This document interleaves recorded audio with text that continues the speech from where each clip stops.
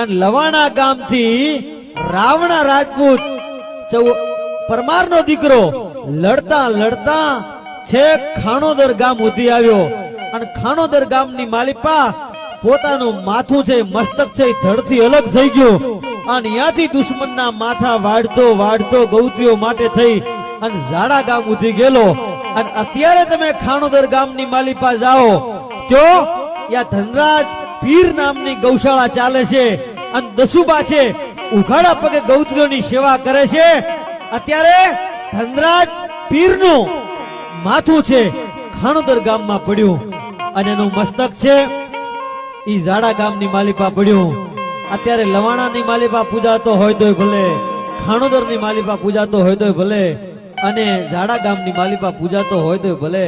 આવા સમર્પણ આવા ત્યાગ કર્યા હોય આવા બલિદાન આપ્યા હોય એના ઇતિહાસ